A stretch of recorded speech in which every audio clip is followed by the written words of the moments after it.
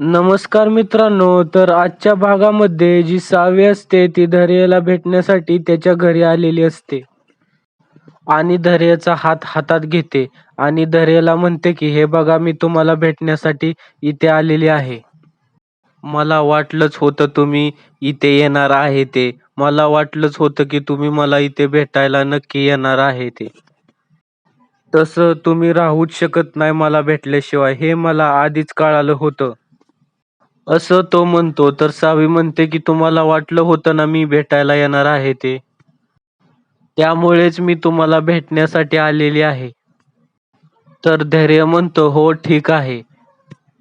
तिथे जी इरा असते ती लगेच उठते तर सावी जाऊन लपते पडद्यामागे. तर इरा धैर्याला म्हणते की मी आता इथेच थांबणार आहे रात्रभर तुमच्या सोबत.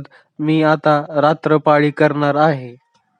तर इरा म्हणते की मी रात्रभर पहारा करेल तुमचा. तर धैर्य म्हणतो अहो त्याची काही गरज नाही झोपा तुम्ही. तर इरा म्हणते की नाही नाही मी तुमच्यासाठी एवढं पण करू शकत नाही का? तर सावी असते ती तिथे लपलेली असते. तर सावी ज्या पडद्यामागे लपलेली असते तिथे एक पाल असते.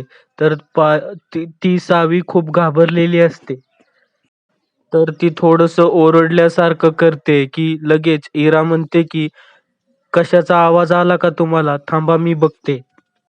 तर धैर्य खूपच घाबरतो. आता जी इरा असते ती बघायला जाते की तिथे पडद्यामागे कोण लपलेलं आहे ते. तर सावी असते ती लगेच दुसरीकडे लपून बसते. आता धैर्य जो आहे तो आता पूर्णपणे बरा होतो आणि वटपौर्णिमेचा सावीसाठी व्रत करतो. कारण तो म्हणतो की मला ना 7 जन्म जे आहे ते तुमच्यासोबत गाठ जुळवायची आहे. तर सावी पण तिथे पूजेला गेलेली असते. तर सावी जी आहे ती पूजा करत असते आणि धैर्य जो आहे ते वडाला फेरे मारत असतो. तर सावी म्हणते की तुम्ही इथे? हो, मी तुमच्यासाठी व्रत केलंय.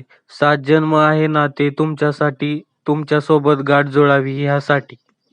तर तुम्ही माझ्या प्रेमात पडावं आणि आपली प्रेमाची गाठ जी आहे ती 7 जन्म अशीच जुळावी ह्यासाठी मी व्रत केलं आहे. तर सावी म्हणते, "तुम्ही वेडे आहे का?" तर सावी तिथून पुढे जायला लागते, तर धैर्य पाठीमागून जातो आणि तिचा हात पकडतो. तर म्हणतो, की "तुमच्यावर प्रेम करणं हा जर वेडेपणा असेल ना, तर आहे मी वेडा. तुमच्या प्रेमासाठी मी आयुष्यभर वेडा राहण्यासाठी तयार आहे." आणि म्हणतो, की "आता आपली गाठ जुळायची आहे," असं तो बोलतो. तर मग बघूया पुढच्या भागामध्ये जी सावी आहे ती धैर्यावर प्रेम करेल का?